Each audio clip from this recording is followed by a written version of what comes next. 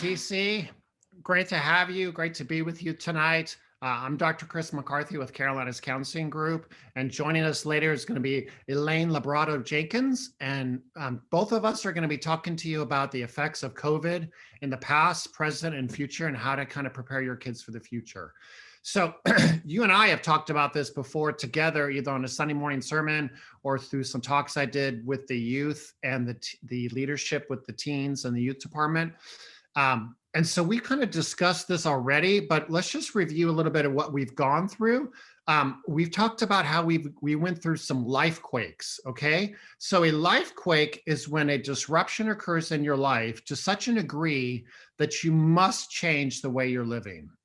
So the pandemic was a major life quake that we all had to adjust the way we're living. That's a major disruption that causes stress, anxiety, tension. And not only did we have to deal with that, but we also had financial crisis that hit in 2020. We had the racial injustice issues that hit. We had the election and the fallout of the election. So we have been through a lot in 2021. And so my question for you today is, how are you doing? How is your family doing? How are you doing personally as mother or father? Because as an American culture, we like certainty, we like comfort, we like convenience, and we like control. And we lost a lot of that. And each member of the family lost a sense of certainty, was disrupted in how they felt comforted and sought comfort. We were struggling with convenience and a sense of control. So I just want to ask you, how is your family doing? And I want you to take a couple minutes to evaluate where your family is here in May of 2021, because we need to know where we have been so we can see where we're at now, be able to prepare ourselves for the summer and for the coming academic year in August. So it's really important to stop and to pause and to assess how you're doing as a family. A broad framework I want you to think about as we evaluate this is the concepts of over-functioning versus under-functioning. Okay, those who over-function typically are your type A personalities. They love getting the assignments done. They go for those straight A's, or they go to do things just right, and they want to really achieve things. Those individuals have experienced the crisis differently than the underfunctioners. Underfunctioners typically get overwhelmed when things change. A life quake can cause them to shut down, become unmotivated, potentially become depressed, avoid situations, procrastinate, deny. So overfunctioners in general like to do well, and so a crisis can really throw them into a tiz with anxiety. Underfunctioners typically get overwhelmed by situations. So let's start with dads. As a father, how's dad doing? You had to go through a lot of changes probably back in March of 2020. You probably had to go online. That was a major shift. I know for some dads, that was a great shift. They actually enjoyed being home with their families and have enjoyed actually being home the whole year. But many employers want their people to come back in the summer or maybe in the fall. So how is dad doing? Is he feeling like he's ready to go back and he's already gone back? Or is he like anxious about going back? I just saw a news report the other night about how a lot of people are quite anxious about going back in the office, not only because of reasons of COVID, but just they've gotten used to this new life. I mean, this initial life quake that they experienced last year, they've gotten used to it, and now they're not sure if they want to go back. And that's going to be true for moms too, working moms. You know, the thought of getting back and maybe going back to work, in person, when they spent so much time with their kids during the last year, that's can cause anxiety and stress. Let's talk about moms here for a second. I think a group that has been so impacted by COVID is moms. Not only did they have maybe a job to attend to, but they were the primary caregivers for the kids with the schooling and had to really manage the kids at school. So moms, how are you doing? How stressed have you been? Have you been over functioning during this last year and you're really quite burned out at this moment and pretty exhausted? And what you really need over the summer is some rest and some downtime and just let go of some things and maybe not push as much as you have been? Or have you been under functioning and now you need to kind of like get back in the groove and find some motivation to get going again? How are you doing as a mom? Let's look at the kids. Um, from my experience, the young kids, say second graders and younger, they actually found some comfort in this change because for young kids, the anxiety they experience is going to school. So to be able to be at home the whole time was actually reduce their anxieties. Um, I myself, with my business partner, Dr. David Russ, we have an anxiety program we sell online. And we actually saw that program sales drop pretty significantly during the spring and summer of 2020 and really even to the fall because people, the young kids that we sell to, really were actually doing fairly good. How was your young child doing? They probably struggled with the online format and got bored with that. But generally speaking, how have they done? Are they doing pretty good? Have they gotten back into school? Now, the kids who struggled more are the middle-aged kids and the high school kids. Middle schoolers, I think, had a really rough time this year because they had spent so much time online. I mean, hours and hours. That being online has its own host of problems because it opens up other places for them to go and to explore, and that can cause problems. So, how's your middle schooler doing? When you look at the kids, and we'll talk about the teens here in a second, but when we look at the kids and you evaluate how they've done over the last 14 months, I want you to consider certain things. Number one, look at their social skills. Like, how are they doing socially?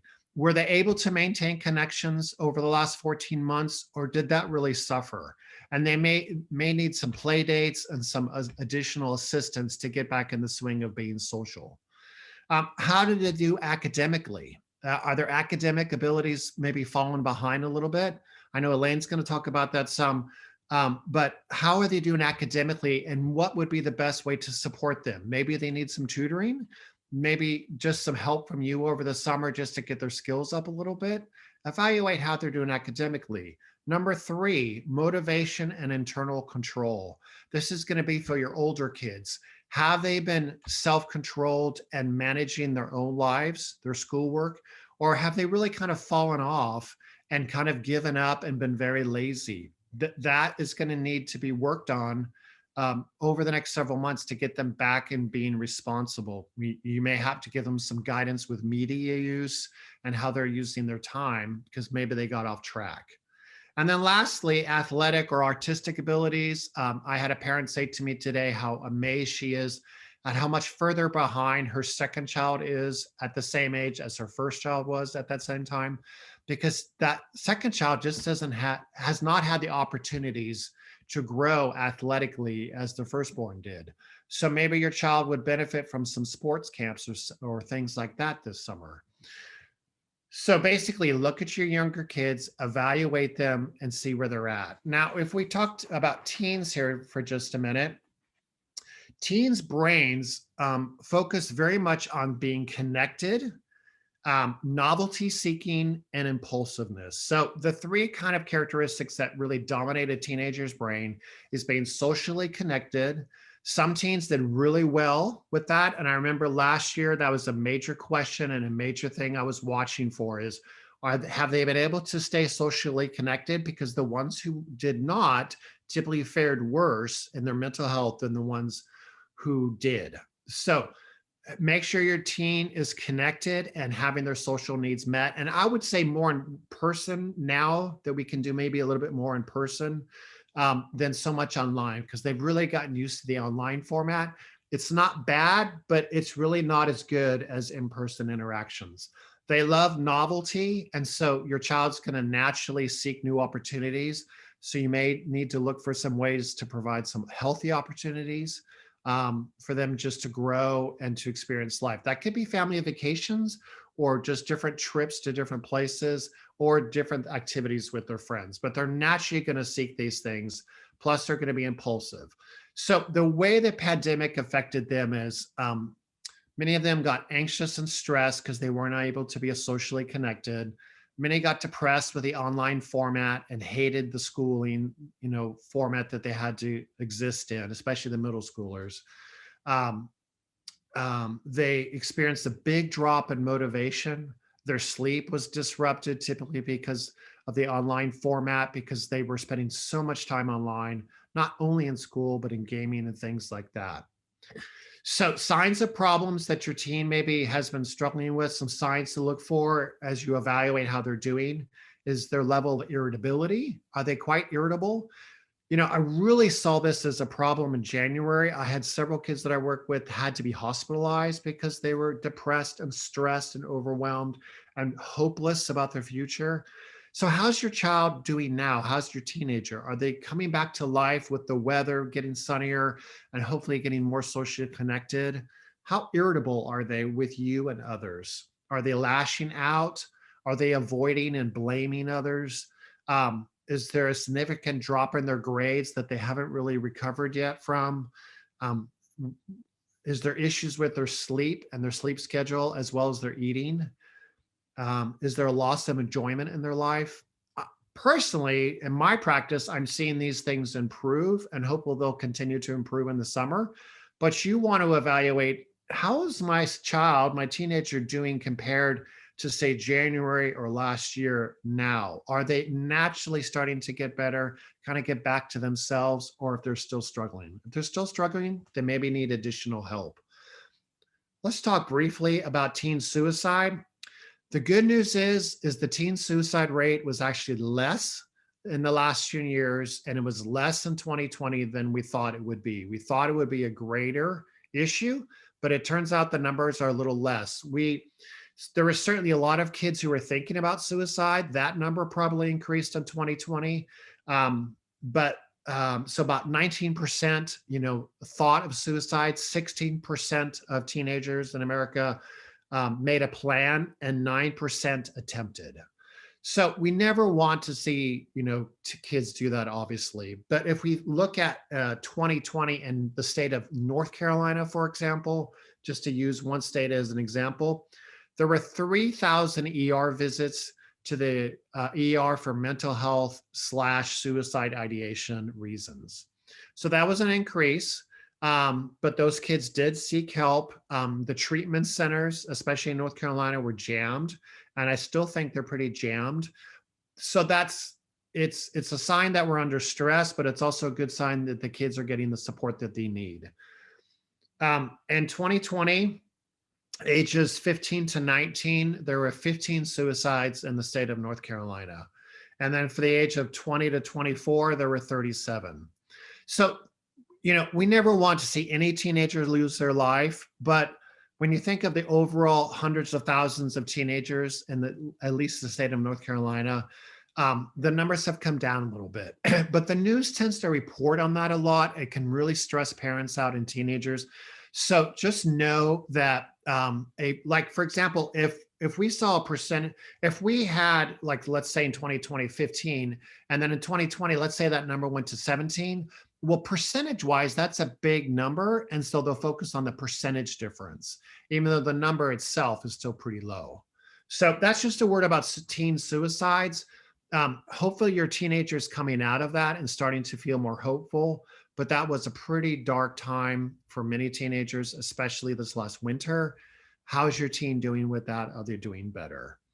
So generally speaking, your teenager is going to need times of connection with their friends, opportunities to seek different experiences and to grow. That could be a job, that could be a summer camp experience, that could be a family trip. Be relationally connected with your child regardless. They need you to be connected with them, and the better your relationship is with your child, the more you'll be able to see what's going on with them and evaluate them appropriately. And then providing them some structure for the summer and so they have a sense of expectations could be good. So we covered a lot just to get you to think about and to evaluate your child.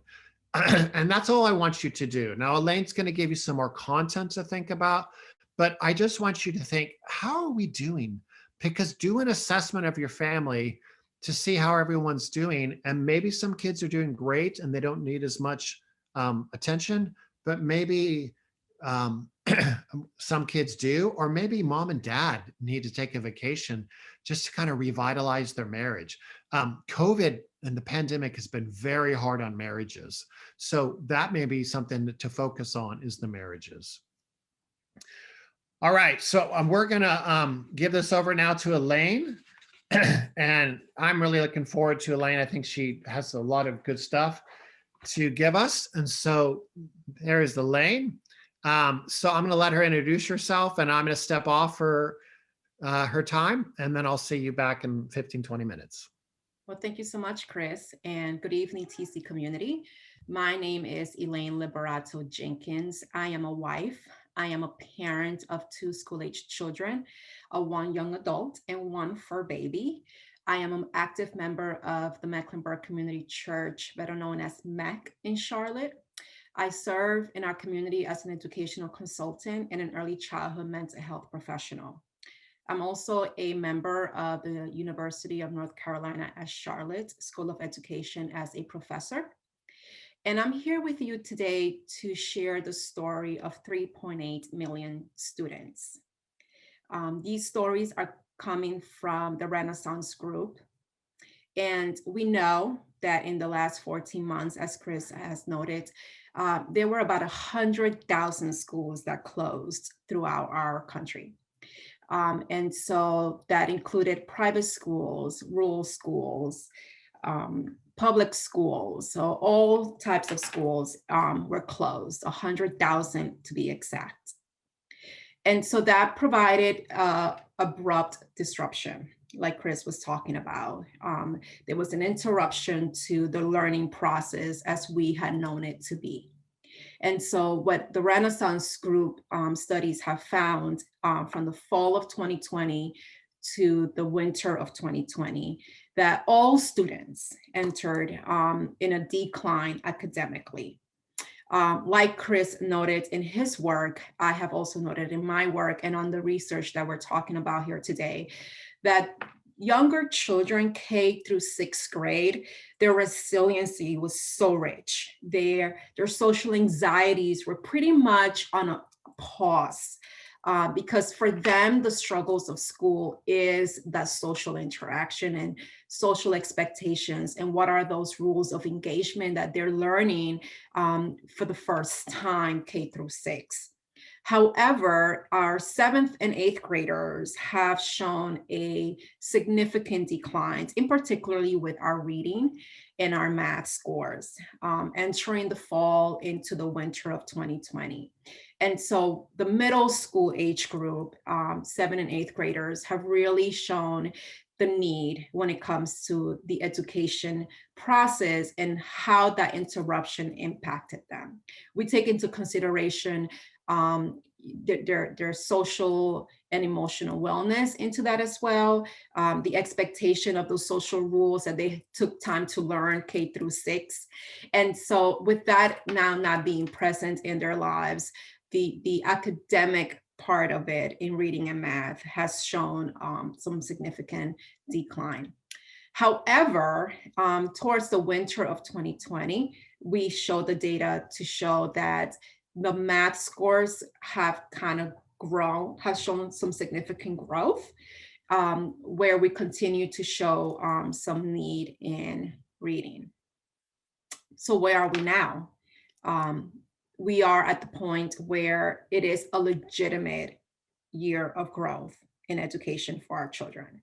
So this is when I want you to pause and take a deep breath and understand that although it has been untraditional, the learning process for us, where we are today, we can still show growth as a community in education for our K through 12 students. Our high school students for the Renaissance group, the model was more intervention for a lot of the factors that Chris touched on. So we kind of took a different approach with high schoolers, and we provided more interventions to help them cope, than to really focus on those academics, rigorous of reading and math. We understood that it is, more prevalent to intervene for the social, emotional, mental health, wellness that was more needed. And so that's where we are now. The data unfortunately continues to show that for underserved population, regardless of the growth and the legitimacy of this school year in terms of growth academically, underserved populations continue to show a very steady decline. So we have so much more work to continue to do in the area of how do we address those needs. And out of that came out, the proposed for the third, stimulus package that includes fundings for the summer learning program, or the extended length time for schools. And those of us who are parents, in our communities, we have gotten phone calls from our school districts, saying, hey, we have this great opportunity for summer learning.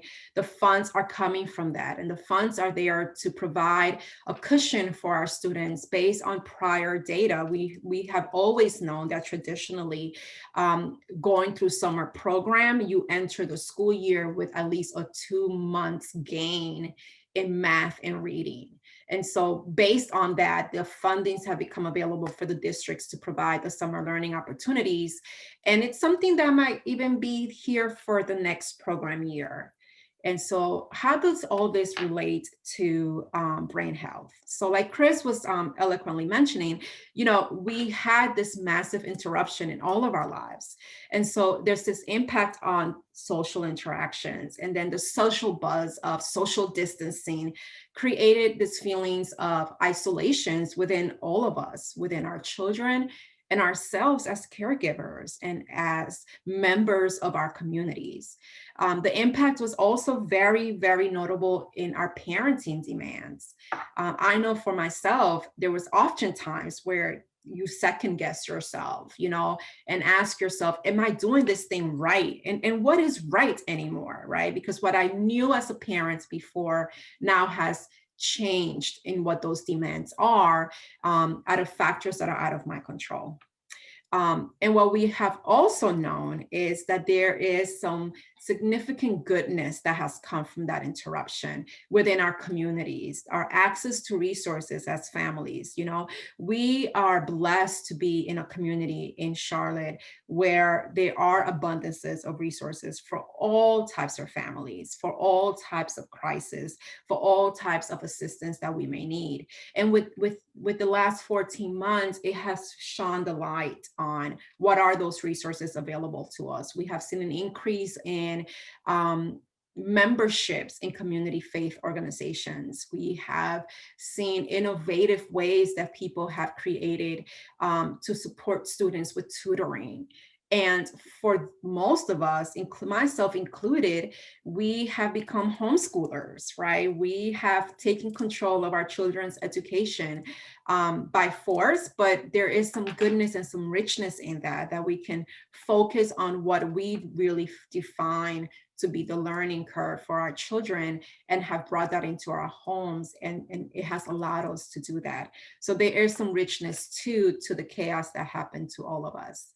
And so my takeaway for you all here tonight, I want to leave you with a few things. I want you to think about protective factors as an umbrella. So when it rains outside, we grab an umbrella. The umbrella protects us from all the rain. And so I want you to think about all those things that Chris just eloquently talked about. Where are you as a parent?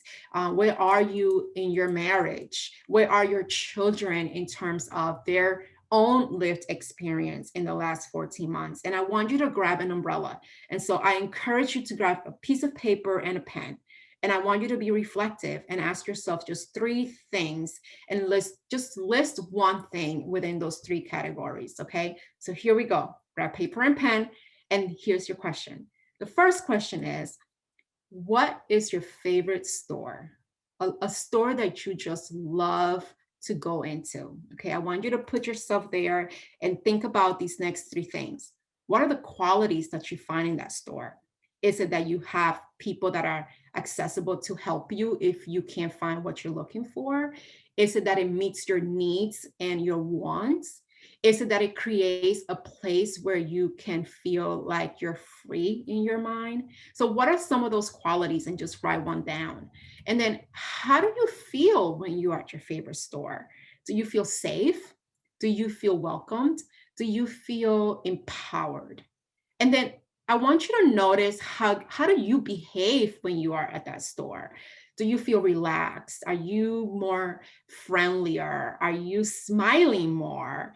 Do you walk out and you take a step? And I want you to create those qualities within your home. And that's your umbrella. Just like Chris was mentioning, we had a sense of loss of control that was taken from all of us. The rug was pulled from underneath us. And so when we talk about building mental health, brain health, emotional intelligence, we talk about grabbing an umbrella. And that's my takeaway for you here tonight. That I want you to create a space within your home because that's what we can control. We can control our home environments. We can't control school environments. We can't control outside environments, but we can control our home environments. And I want you to then take your answers and be honest with yourselves as a couple, as a single parent, as a co-parenting, as grandparents, as uncles and aunts. Do I have these qualities in my home that allow my children, that allows my partner, that allows me to feel safe, to feel empowered, to feel a sense of belonging? And how then does my children behave in my home? Okay, so like Chris was implying for you to really challenge yourself and ask yourself, where are you today? I want you to take it to the next level after that. And how does my home create an environment of that store that I love? And then some just tangible resources to promote your education for your students. Like Chris was mentioning, we know the data tells us that just having access to books and providing opportunities for our students creates a 5-point increase in their test scores. Just access to books and experiences. So be intentional as you plan for your weekend. Allow time for rest, and rest is the best teacher that we can teach our children. So I do want you to think about planning for outside activities, but I also want you to plan time for rest. And then how does your home environment elicit that for your children, for yourself, for your marriage? And so then I want you to then think about this opportunity to continue the growth for our students, that we want to know that in the end, they're going to be okay with their education. Well, I want you to take another deep breath in and exhale out. And I'm going to leave you here tonight with the comfort of knowing that this process is very fluid. This process, the story continues to evolve. There are so many stories within the 3.8 million stories that I'm sharing here with you tonight. Your family has its own story of where we have been, where we are now, and how has education, the disruption of that impacted your family? How has it impacted your marriage? How has it impacted your sense of being? For a lot of us, it changed a part of us. And I want you to, note that down on that piece of paper that I encouraged you to gather earlier, and be mindful of what those changes were. Just like Chris was saying, we have people that see opportunity within chaos, and so they become overly function. And then we have those that are under function. And so I want you to marry those two concepts of how was your family functioning and what environment do we have control of that we can provide a sense of safety and security, which is our home, which is where we're spending our time.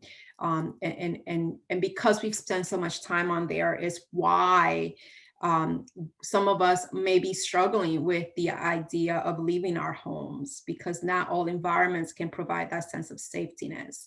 And so I encourage you to reach out to the resources that are available. This opportunity with the TC community is an awesome opportunity to learn more, to be more aware of what those resources are, that are available to you. And so the hope, the hope is just that every child is a story yet to be told. And your children, whether they are K through 12 or college level students, I know from my own experience in supporting and guiding through this experience our college students, that a lot of them have had to relearn and relearn ways of what being in school is and experiencing college life. So their story is still not told. We're gonna be looking forward to what those are.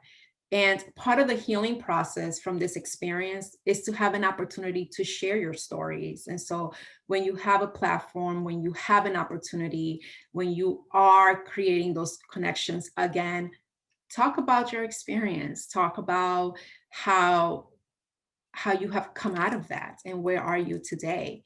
And so Chris and I tonight gave you some really good tools to start putting your story together, to wrap it all up. And I encourage you to write those down and look back on those when the time allows. And finally, I will leave you with this. For our 0 to 6 population, so if you have a child that's an infant all the way to 6 years old, Sesame Street, I love Sesame Street growing up, and I love what they're doing post-COVID. You can log on to Sesame Street Inc. communities.org.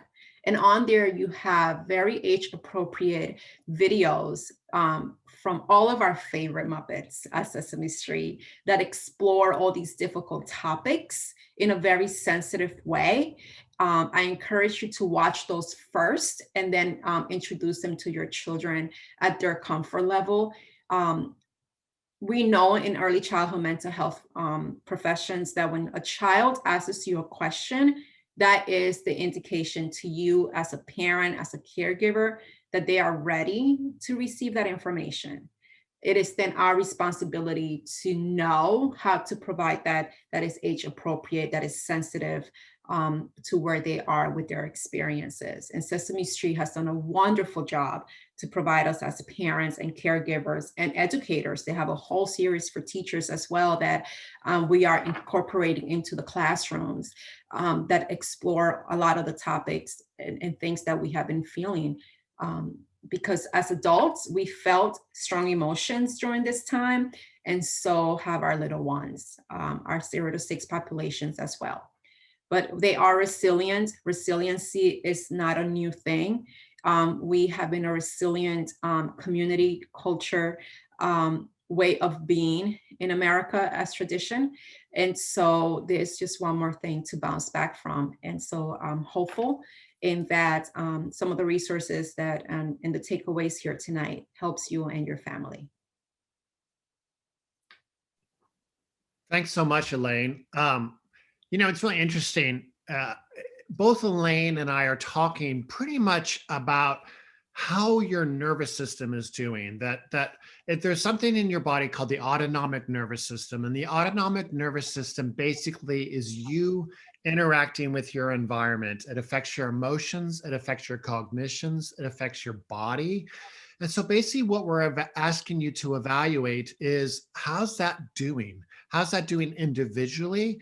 If your child's really anxious and stressed, then that nervous system is keyed up and a little too stressed. If your child is shut down and really not functioning, then that nervous system is shut down. But the great news that we have to tell you, and that Elaine was telling you, is that you have the power to change that. You have the power to do some things in your house and in your children's lives to get them to that place in their bodies where they feel calm and they feel at peace and they're focused. And that's the good news, is that as parents, you have the ability to step in after you evaluate the situation and make some changes. And that's such hopeful news. That's such great news. So we just want to encourage you and empower you to do that, to evaluate and then, utilize the resources that Elaine said and get yourself and your children help.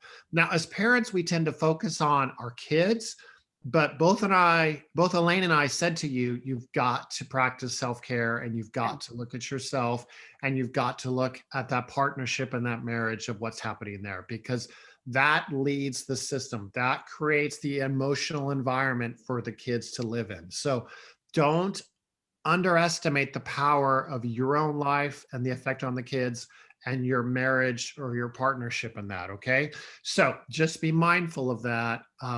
And just there's hope. There's hope for change. There's hope for growth.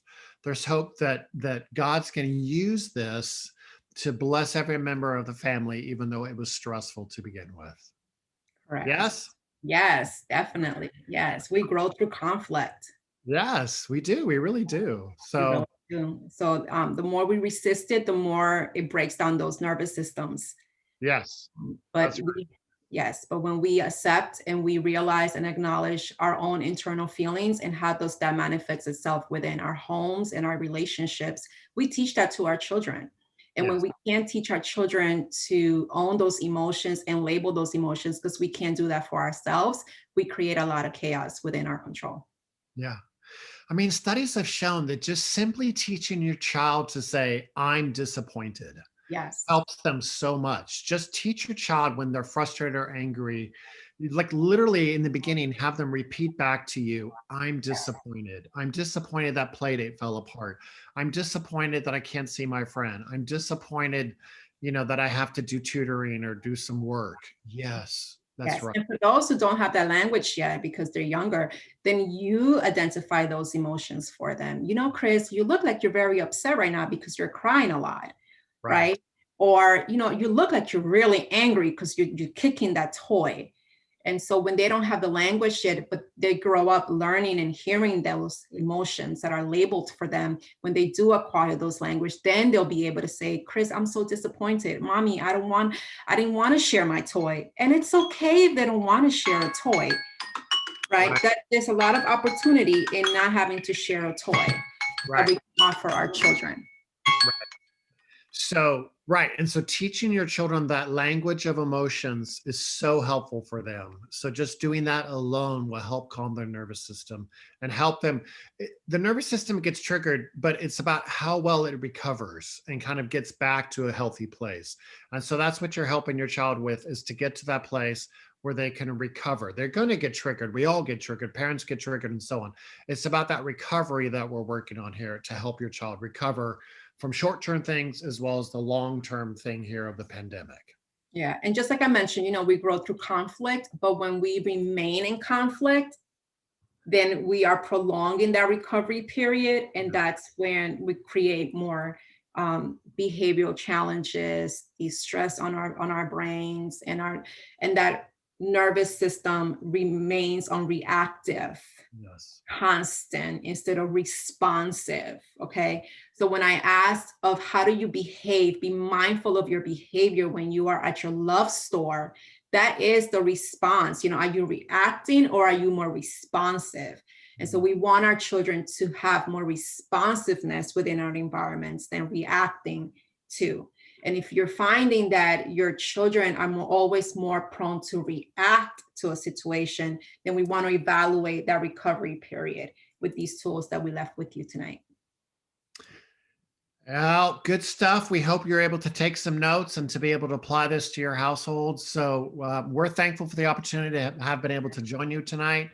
Yes. And like I said, our hope for you is that we are educated and you're encouraged and you have hope for your life and for your children as you move forward. So thanks, Elaine, for joining me in this time. And I'm Thank very you, Chris. thankful to be here with you and doing Thank this. All right, so let's go ahead and we'll pray and we'll wrap up our time. Heavenly Father, thank you so much that you are a God who loves us, that through suffering and through stress, you show us the way if we turn to you and we look to you for guidance. And Lord, you're in this process with us. We are not alone. We are not shepherds left by ourselves, or sheep, excuse me, left by ourselves, but you are our shepherd who wants to lead and guide us. So through this process, I also pray that we turn to you for direction and seek guidance from you as well. So thank you for TC. Thank you for the community. Pray that individuals watching tonight will continue to move into those communities at TC and get the support that they need. So just thanks for these opportunities to connect. Amen. Amen. All right. Blessings to you all. Good night. Thanks. Good night.